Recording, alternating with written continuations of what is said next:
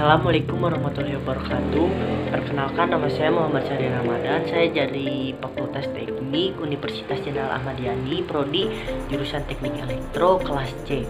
Di sini saya akan menerangkan tentang hukum filsafat. Yang minggu kemarin saya menerangkan kemagnetan, dan kemagnetan dengan filsafat itu ada kaitannya.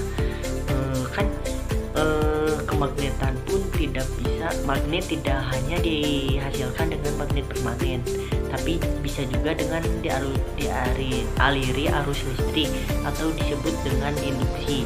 Nah, mungkin contohnya seperti ini. Misalnya ada kawat dan didekatkan dengan sebuah jarum kompas.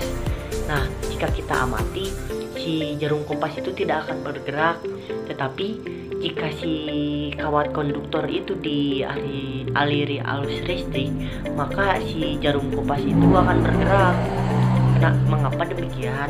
Karena ini menunjukkan bahwa kehadiran arus listrik menyebabkan munculnya medan magnet, dan medan magnet inilah yang mempengaruhi jarum kompas, seperti itu. Dan untuk lebih jelasnya kita bisa lihat gambar berikut ini. Besarnya medan magnet di sekitar arus listrik dapat ditentukan dengan hukum filsafat. Misalkan kita memiliki sebuah kawat konduktor yang dialiri arus I. Ambil elemen kecil kawat tersebut yang memiliki panjang dl. Arah dl sama dengan arah arus. Elemen kawat tersebut dapat dinyatakan dalam notasi vektor dl. Misalkan kita ingin menentukan medan magnet pada posisi P dengan vektor posisi R terhadap elemen kawat. Nah, selanjutnya medan magnet oleh kawat lurus tak berhingga. Nah, untuk mencari medan magnet yang dihasilkan kawat lurus tak berhingga dimudahkan oleh vektor dl yang selalu tetap. Mungkin bisa lihat di gambar berikut ini.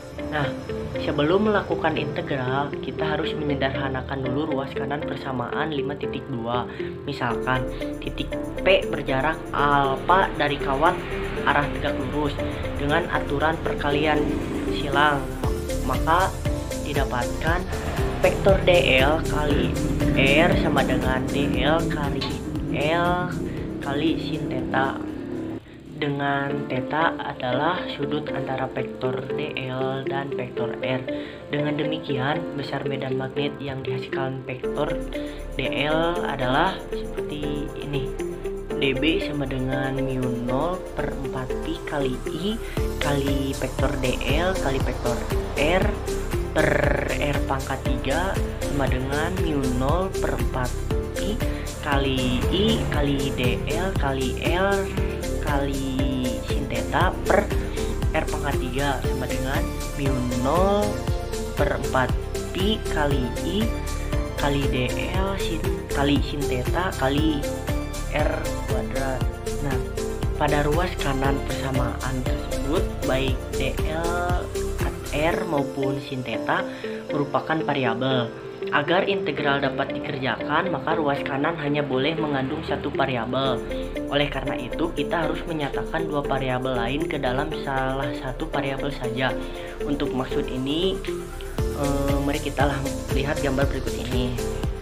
Nah, dari gambar ini ketahui bahwa A per R sama dengan sin theta, atau 1 per R kuadrat sama dengan 1 per A kuadrat kali sin kuadrat theta.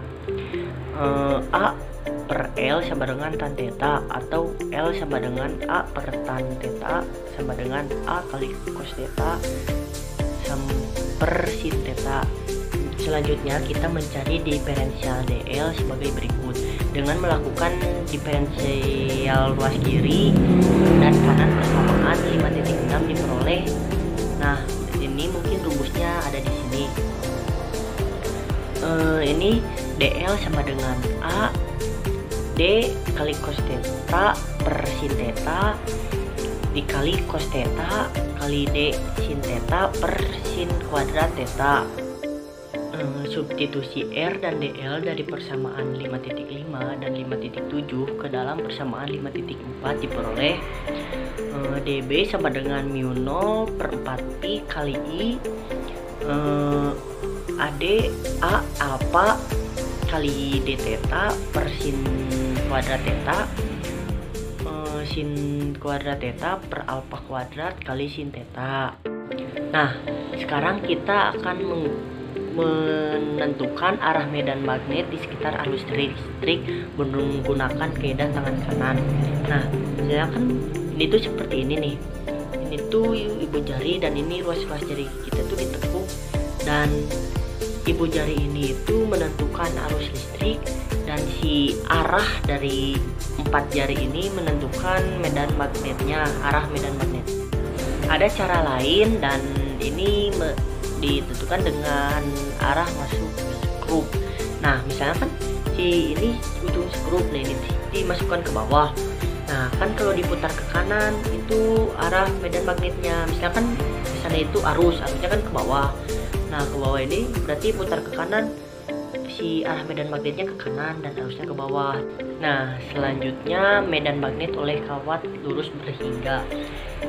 Jadi medan magnet oleh kawat lurus berhingga ini itu medan magnet yang dihasilkan oleh arus listrik pada kawat lurus yang panjangnya berhingga.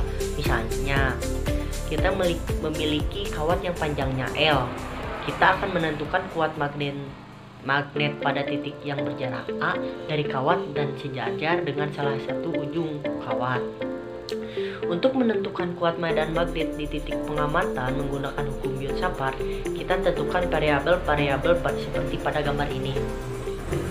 Serupa dengan pembahasan untuk kawat yang panjangnya tak berhingga, besar medan magnet yang dihasilkan vektor dl adalah dB sama dengan mu0 per 4pi kali I kali dl sin theta per r kuadrat.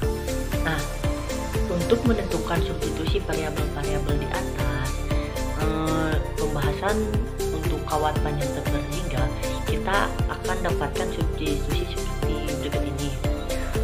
dB sama dengan mu0 per 4pi kali I per alfa kali sin theta kali d theta. Nah, ketika elemen dl berada di ujung kiri kawat, maka sudut yang dibentuk adalah theta m yang memenuhi seperti rumus berikut ini. Tan theta m sama dengan a per l0.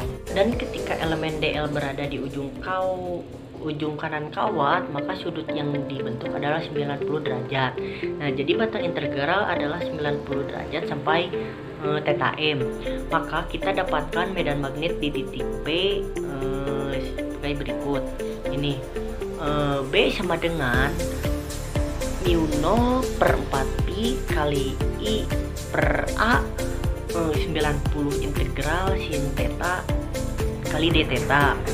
Dengan demikian kuat medan magnet titik P adalah B sama dengan mu0 per 4pi kali I per A kali L akar T alfa kuadrat tambah L0 kuadrat. Nah, selanjutnya kita membahas tentang medan magnet oleh cincin. Misalkan sebuah cincin dengan jari-jari A dialiri arus I, kita ingin menentukan kuat medan magnet sepanjang sumbu cincin pada jarak B dari pusat cincin. Berdasarkan gambar ini, besarnya medan magnet di titik P yang dihasilkan oleh elemen cincin sepanjang DL adalah dB mu0 per 4pi kali I kali dl sin theta per r kuadrat. Untuk menentukan kuat medan total, kita cukup melakukan integral pada komponen yang sejajar sungguh saja. Besar medan total menjadi integral mu0 per 4pi kali I kali dl per r kuadrat kali sin alfa. Untuk kasus khusus di titik pusat lingkaran, kita dapatkan alfa sama dengan 90 derajat, sehingga kita mendapatkan rumus seperti ini. B sama dengan mu0 per 2 kali I per alfa. Karena bentuk cincin yang melengkung, maka superposisi medan yang dihasilkan elemen-elemen cincin menghasilkan medan total seperti pada gambar berikut ini.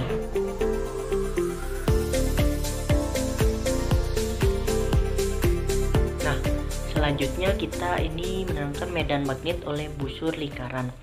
Sekarang kita anggap cincin bukan lingkaran penuh, tetapi hanya berupa berupa busur dengan sudut keliling theta.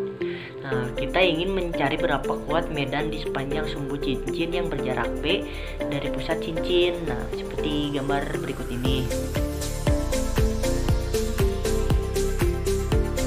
Nah, kuat medan arah tegak lurus sumbu adalah ini, dB sama dengan integral dB kali cos alpha. Nah, selanjutnya Selanjutnya kita akan menghitung kuat medan magnet yang dihasilkan solenoid ideal. Solenoid adalah lilitan yang kawat berbentuk pegas. Panjang solenoid dianggap tak berhingga.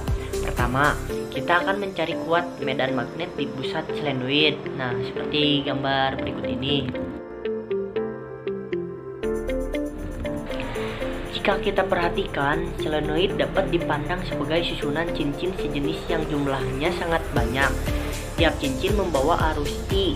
Medan di dalam solenoid merupakan jumlah dari medan yang dihasilkan oleh cincin-cincin tersebut. Nah, misalnya jumlah lilitan persatuan panjang adalah N. Kita lihat elemen solenoid sepanjang DE. Nah, jumlah lilitan dalam elemen ini adalah rumus sebagai berikut ini.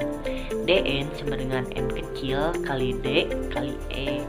Nah, elemen tersebut dapat dipandang sebagai sebuah cincin dengan besar arus.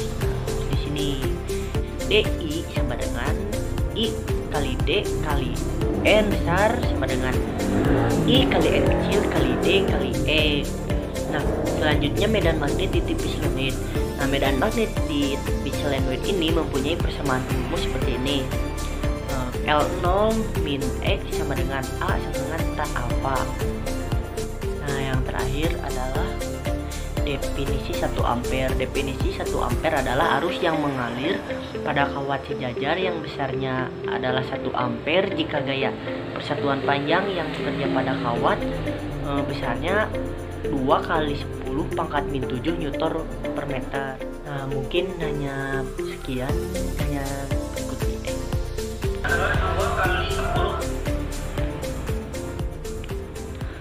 mungkin hanya sekian dari saya, karena saya belum bisa memahami semua materi dan saya hanya bisa memahami materi sedikitnya seperti ini.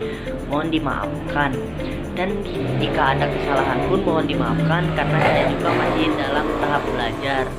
Sekian dari saya. Wassalamualaikum warahmatullahi wabarakatuh.